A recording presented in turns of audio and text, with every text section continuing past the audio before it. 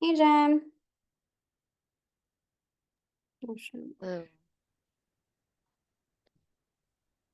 Do we have anybody in the waiting room? I know it's kind of early, but yep, we have four. okay, cool. Oh, freak. That didn't work, but Mhm. you can start letting them in if you want. Yeah. Let me see. That's this.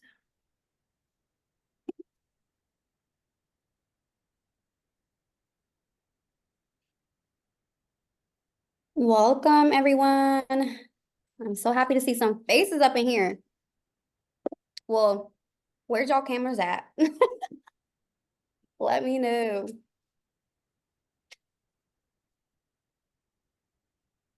Hello, hello, Evelyn.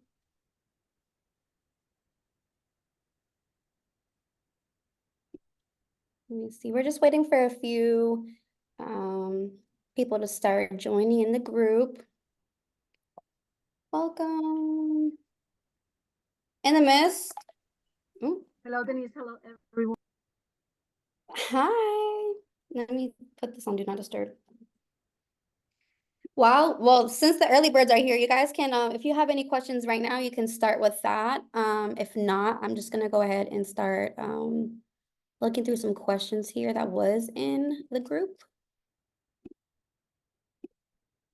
Let me go back here. Boop.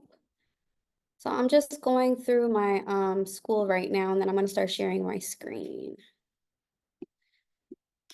And then I had some people also have questions about their LLCs and EINs and things of that nature. Are you guys in the midst of getting your LLCs right now? Who's trying to get their business up and running? Let's see. Oh, maybe that's cool. Okay, I'm gonna start sharing my screen. Give me one sec. Share. Let me know when you guys can start seeing my screen.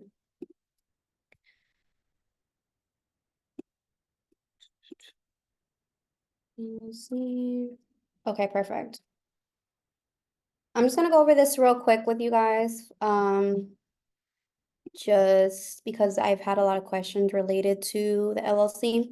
So if you guys, I kind of did that kind of quick. So if you guys didn't know, or if you're new, I normally use the search bar if I need to find anything I posted or anybody posted it within the group. I gotta keep moving these things out the way. So I posted an LLC checklist for those who are trying to get their business up and running and like the order that you should be getting these items. And once I typed in LLC, as you can see here on the bottom, let me get my, there we go. LLC startup checklist. It's just a PDF I put in here for you guys. So the first thing obviously you have to do is choose an LLC name. So once you choose your LLC name, you just want to make sure it's not high risk. You don't have credit repair in your name, trucking, real estate, you just want to keep your name pretty simple. You want to get your domain and email from GoDaddy, as well as obtain a 1-800 business number. You don't want to have a personal phone number associated with your business. You really want to separate that. I personally use eVoice. They're pretty affordable. It's only $14 a month, and you get the like cool holding music that you normally would get when you call a business, which I personally like. Um, oop. And then, you can obtain, or you need, this is mandatory, you do need to obtain a business address. And for me personally, it's just easy to get a registered agent because they provide you with your brick and mortar physical location for a business address. And it's only like $35 to $40 a year. That's a one-time payment. And they basically just receive your legal documents that get submitted to you by the IRS or any important information. It gets sent to your registered agent, and they just upload your documents that you need to see on like an online portal. So that's what a registered agent is. They just receive your actual important documents for your LLC. And again, they provide you that business address. So instead of spending money on a registered agent and a virtual address that may be reporting as a PO box, which is a no-no, I just go ahead and get the business address from the registered agent, and it's kind of like a two-in-one. So if you don't know where to file your LLC, that is a link here that I put here. File LLC on your Secretary of State website. LLC University, you can actually scroll down and you can literally click anywhere within your state to file your LLC. and it's going to tell you the requirements. Let's say freaking Delaware. It'll tell you the cost is $90. It takes 10 days to get an LLC in Delaware, and it gives you everything that you're going to need. Okay, never get your EIN. It says here, get an EIN. So this is what a lot of people have questions about in the group. You never want to get your EIN prior to filing your Secretary of State articles, because how can you get an EIN for a business that is not even properly legal within your state? That's not that has not been formed. So don't get an EIN until you structure your LLC and filed your articles within your Secretary of State. I really wanted to emphasize that because a lot of people do get their EIN. Dang. A lot of people do get their EIN prior to, but don't do that. So then once you do that, you can file your LLC, obviously, with the Secretary of State, and then you can get your EIN, which is the IRS website. It's completely free. You do not have to pay for it. So if you ever get to a website that is asking you for payment for your EIN, you are on the wrong website, okay? They trying to fraud, they trying to take some money, like don't do that. I don't know why I keep clicking back and it keeps telling me here. I'm sorry, guys. And now, so once you obtain everything and you get down to the EIN, now you can get your Duns and Bradstreet number. This is basically what you use to build business credit. So this is what you want to register for. And after that, you guys can go ahead and just get your business checkings account and savings account with your actual business, the actual bank that you're doing business with, okay? So hopefully I don't know if anyone had questions regarding that before we get into anything credit related. No questions? Okay. I have a collection. Oh, Tony, I'm sorry. I had to hop into the chat here. I have a collection that I had deleted, reinserted under a different collection agency. What next? Okay, so we're gonna refer. So I'm gonna use, let me get back here. Let me show you guys what you should be following. Okay, actually, is that the right one? This is the right one. So I'm always going to refer you to the Magic Eraser course because they have a specific section. So if you guys don't have this already, please make sure to get the Magic Eraser course because this is going to help you so much along the way with not just credit. It's also going to help you build business credit. Ooh, and they have like so many business modules in here. They help you with everything. So once you scroll down, let me go, let me sell validation alert. It's all the way at the bottom. This is what to do if an account comes back verified. So you can definitely check out, okay, so that must be the section right here. So I will check out this section here, what to do if an account comes back verified, but if a collection was deleted, right, and they reinserted it back onto your actual credit report, I have a cheat sheet that I follow for, this is for bankruptcy, so we're not gonna look at that. Let me pull up my little cheat sheet here. Give me 1 second, guys. Or matter of fact, I think I posted it into the group because I have a cheat sheet there for that.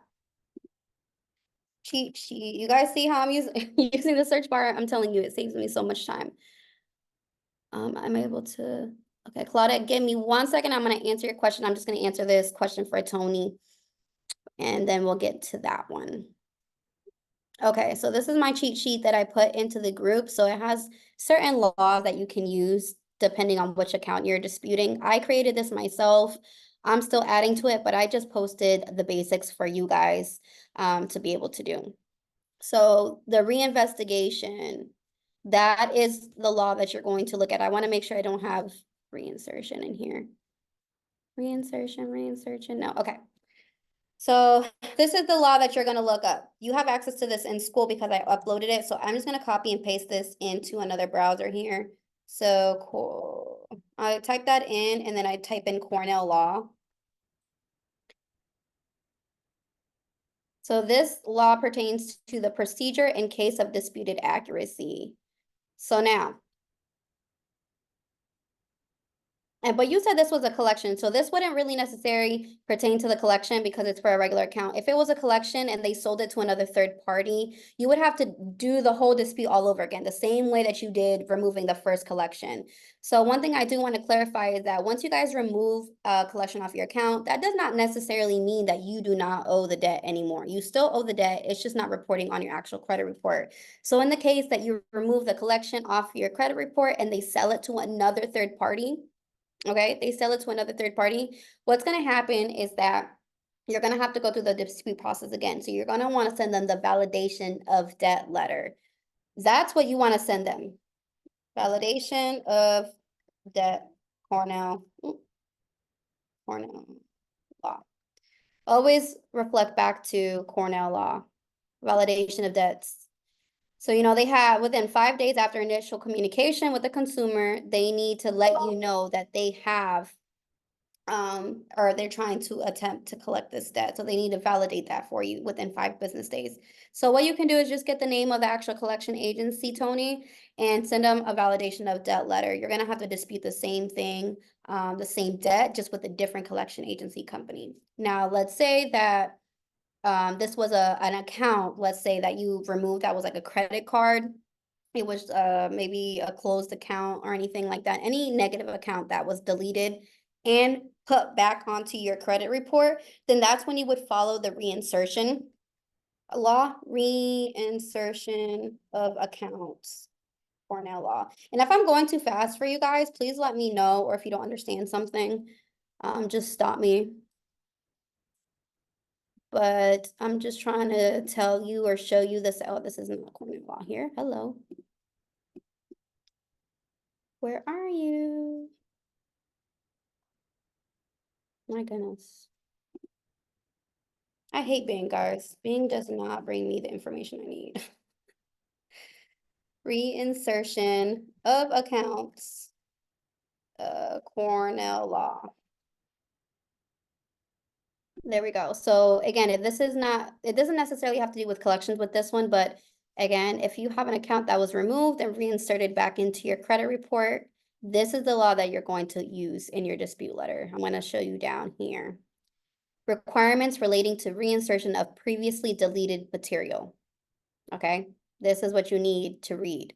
If any information that has been deleted from a consumer's file and is reinserted in the file, the consumer reporting agency shall notify the consumer of the reinsertion in writing no later than 5 business days after the reinsertion, or if authorized by the consumer.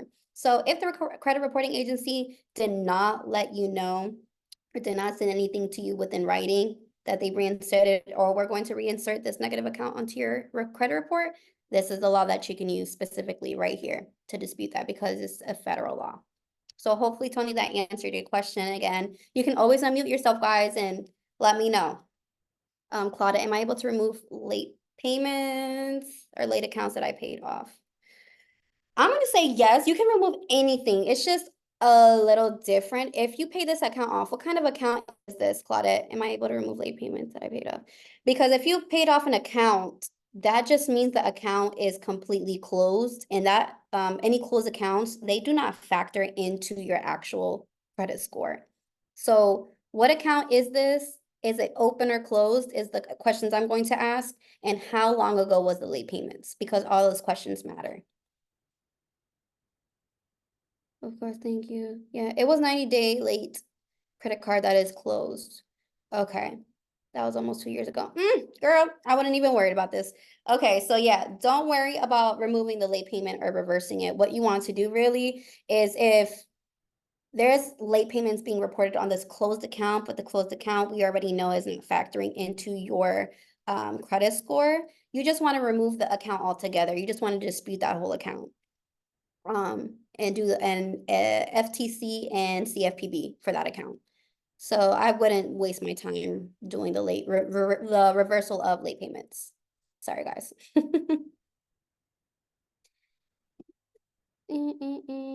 So now that we got here, thank you. You're welcome. Should I dispute a charge off even though I cannot update my personal information that matches the account? What do you mean, Claudia? Do you mean that you weren't able to update your address to what is reporting on your actual driver's license? Like, you weren't able to update your personal information with the credit reporting agencies? Because I would honestly get that updated, because they're always going to be able to verify the negative information if it's tied to that address that you still have reporting on your credit report. And it's going to be very difficult to dispute.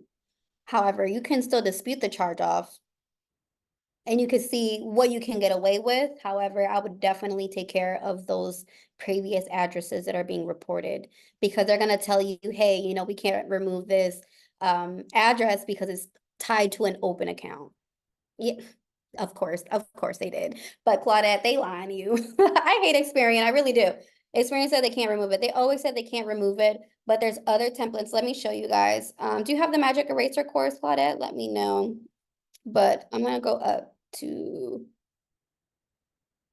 let me see. The mindset you really need to improve, master personal credit. Okay, yes, I just started yesterday. Oh, perfect. So you're on you're on the right track. So yeah, they're gonna always give you pushback. They're gonna always tell you that they can't remove something, they can't dispute something, and that the account is tied to an open account. Oops. Hello. Yeah, hey. Hi, yeah, just my baby was great, so I had to keep it muted. Yeah, I told them that I mean they even had like 4 variations of my name. And they said no, they said you have to call each individual account. I was like, okay, some of these are, late accounts that I paid off. I can't just call them and it's not gonna, so I guess there is another way. I didn't know that. Yes, there is, sometimes there is some truth to what they tell you, but that's why I always refer to the Magic Eraser course, because I would go by this first. And again, just because you submit like a dispute letter for your personal information, like, did you call to dispute this personal information, or did you submit a dispute, like an actual letter? I called them. Okay, yeah. They're not going to remove it that way. I always have luck by removing hard inquiries that way. You can call and get those removed if you get a nice rep and they just do it over the phone. However, for personal information, they're not going to do that over the phone. You want to follow this section here. If you still see my screen, it's called updating personal information on your credit report. And you're gonna go to, they have a letter template. They obviously have videos as well, but they have multiple template letters that you could use, and you can actually create your own. Ooh, sorry. I don't know if you've seen this yet or not. Did you happen to see this letter template? No, not just yet. I got through the first few lessons. Perfect. So this is what you would follow here. You would just input your information. You would just edit this letter, and then you would go to the CFPB, which is the Consumer Financial Protection Bureau, CFPB. And this is where you're going to submit all your disputes, by the way, the Consumer Financial Protection Bureau. This is where the credit reporting agencies, as you know, they're not the actual credit bureaus. This is the only bureau, and this is like basically the boss of the credit reporting agencies.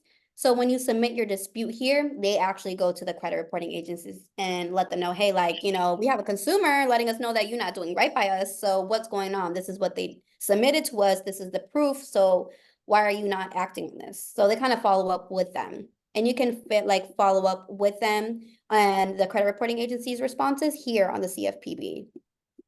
Okay, so do I submit that through them with them online or mail? Yep, everything you could do really online, because you can go to mail too. I just think that I'm lazy. I like to do everything from home. So if I have that option, I'm gonna go to the CFPB, because everything could be submitted here. You just submit the complaint with them, and you can log into your portal. You have to create an account, and again, all of this is explained in the Magic Eraser course. But I'm just letting you know now, so that way you know what to look for.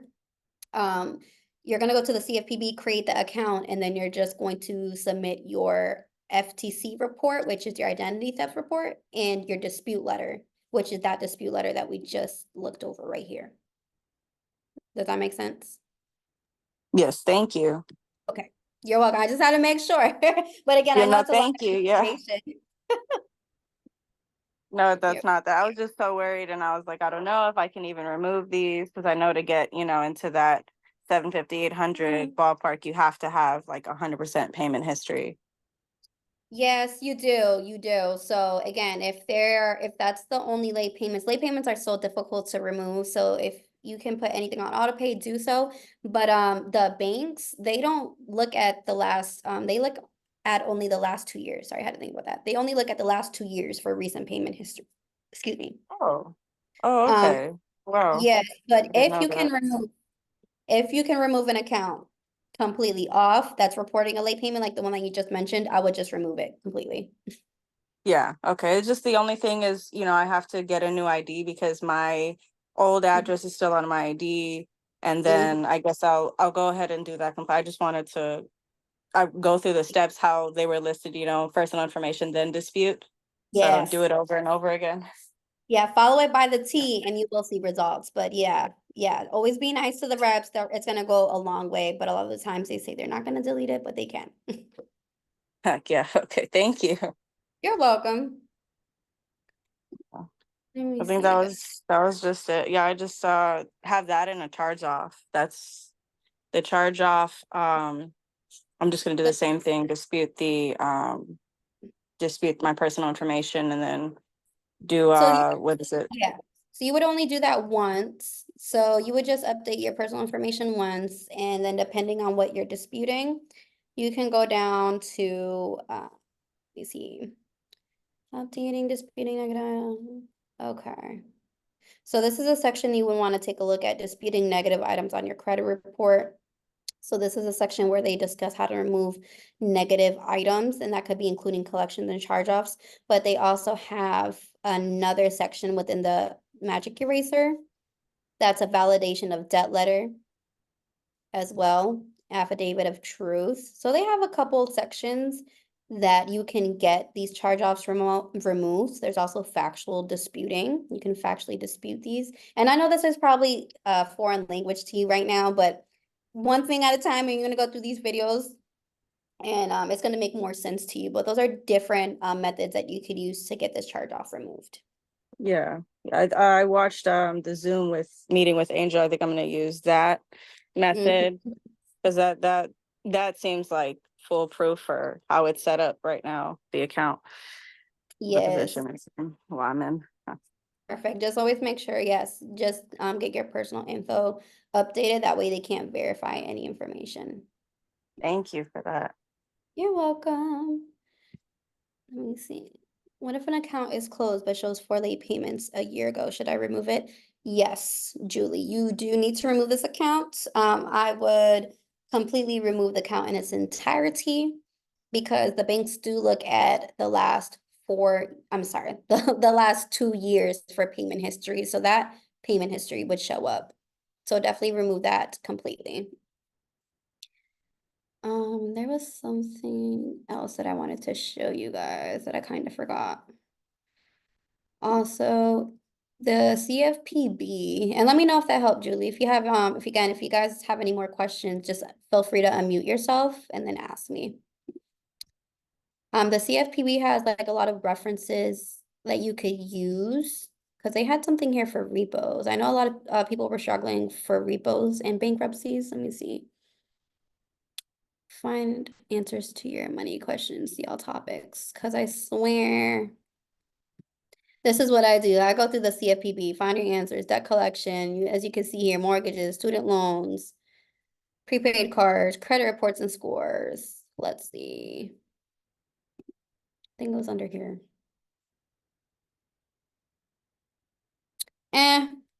Okay. So I'm gonna have to probably post it in the group later, but there was a section here that actually talks about repossessions and the route that you can go that the CFPB recommended. Got it.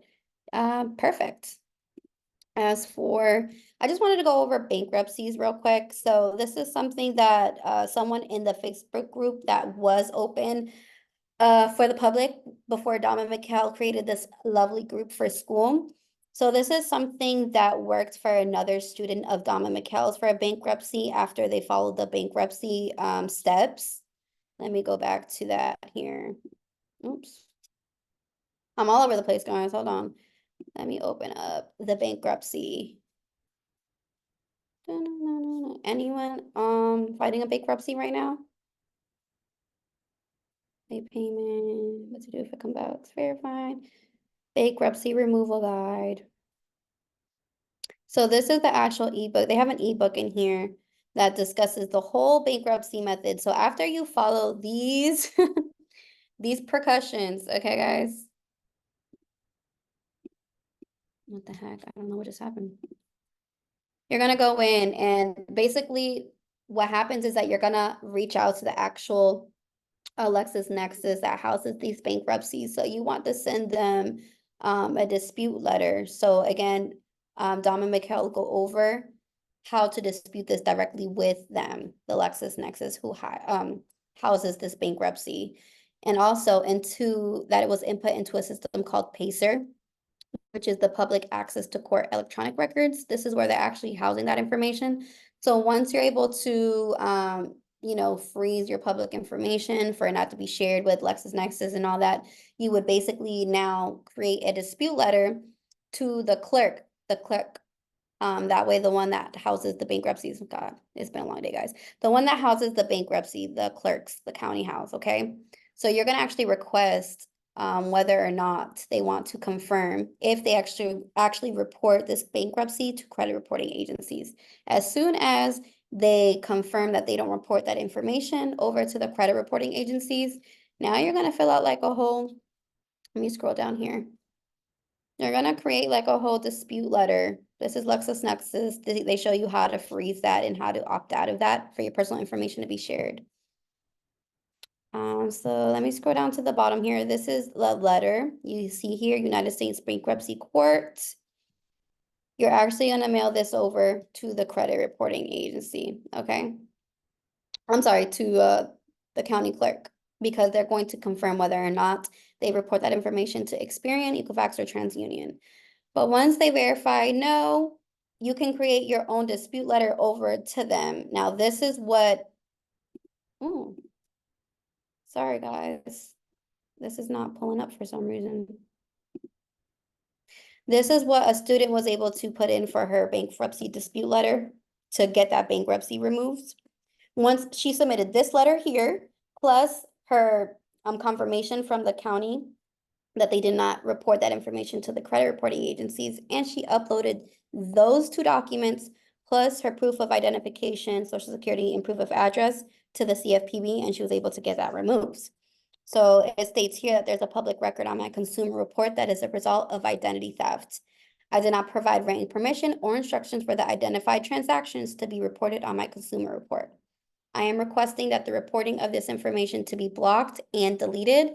My request to block is not being made in error, nor is my request to block being made on the basis of material misinterpretation of fact by me. Okay, so the identified transactions are not information related to any transaction by me as the consumer. And then you would name your type of bankruptcy that you have, and you are required to do what I'm asking and block these transactions from being reported to my consumer report within 4 days from the date of the receipt of this notice. I have attached a letter from the bankruptcy that they do not report anything to the credit bureau and dispute should be taken to the credit reporting agency directly. How could your company verify the accuracy as previously stated if the company in question does not report to you or verify accuracy? Again, please delete within 4 days. So you're just kind of emphasizing to them. You're actually really emphasizing that how did you verify this information when not even the county clerk's offices let you know this information? Like, where are you getting it from? So that's one way that you could utilize this disputing method for bankruptcies if you're struggling at the moment. Because I've been seeing a lot of people suffering from bankruptcies and having a hard time removing those. But in the meantime, did anyone else have any questions?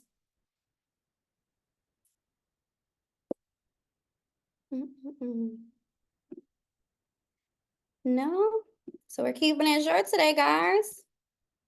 So if anyone doesn't have any more questions, we just might end the call.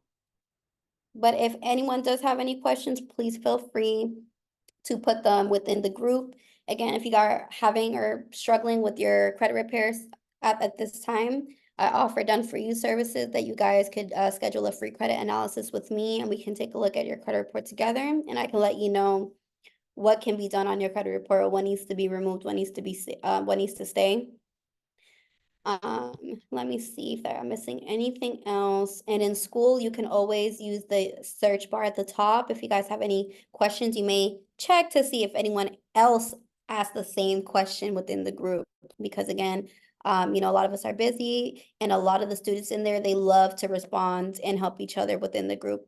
So again, if you guys have any questions, let me know. When requiring a detailed investigation process and the bureaus don't comply, who do we sue? The furnisher or the bureaus? So can you give me a little bit more information, Tony? Because when it comes down to suing, that's not really my cup of tea. I'm not very familiar with the suing process. That is more of May. We have that Dama Mikkel normally refer. She is very familiar with the suing and arbitration process and requiring a detailed investigation and process in the bureau. Yeah, I would definitely, what I'm gonna do is let me get May's Instagram because Dama Mikkel worked closely with her as well. And I'm gonna drop it down in the chat.